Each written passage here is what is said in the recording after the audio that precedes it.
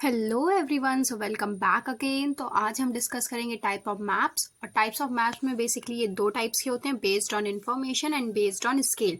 तो based on information हमने अपने पहले पार्ट में देखा था। आज हम इसका second part based on scale based on scale study करेंगे।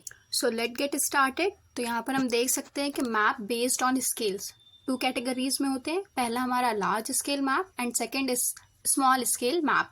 सो हम सबसे पहले लार्ज स्केल मैप को समझते हैं। स्केल मैप, तो लार्ज स्केल मैप एक शॉर्ट इंट्रोडक्शन ऐसे ही दे रही हूँ कि large scale map basically large amount में यूज़ होते हैं। मतलब इन मैप्स को हम अपनी डे टू डे लाइफ में हर जगह यूज़ कर रहे होते हैं, इसीलिए इसका नेम जो है वो लार्ज स्केल है। ओके, बट ये यूज़ किस लिए होते हैं? ये बहुत ही स्मॉल एरियाज़ के लिए यूज़ होते हैं, बहुत ही पर्टिकुलर एरिया में बहुत ही डीप डिटेल्स देते हैं। जैसा कि फर्स्ट पॉइंट हम देख सकते हैं, लिखा है large scale map show small areas in greater detail such as cities, town, villages, etc.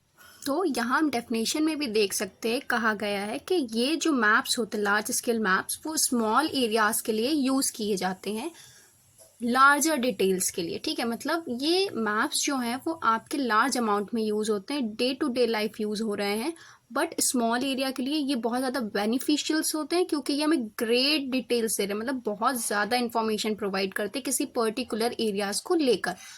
Now the second point is these map guide on topographic maps and cadastral maps. तो ये जो maps होते हैं वो हमें गाइड कहाँ के लिए करते हैं? टोपोग्राफिक मैप्स के लिए और कैडेस्ट्रल मैप्स के लिए।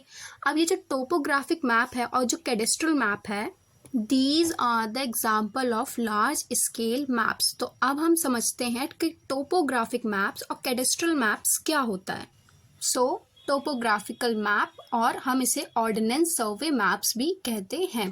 तो यहाँ पे लिखा है these maps used on a large scale, तो ये लार्ज अमाउंट में यूज होते हैं, and show details of all natural और man made features.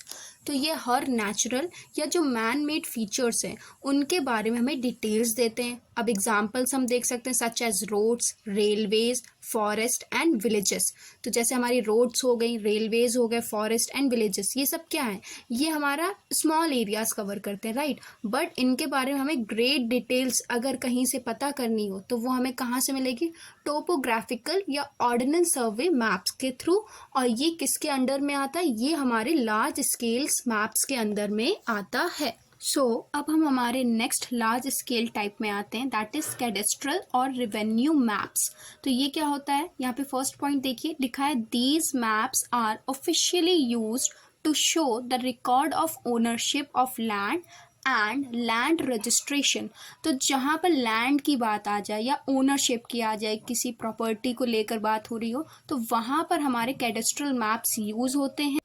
Now the second point is these maps are not published for cell.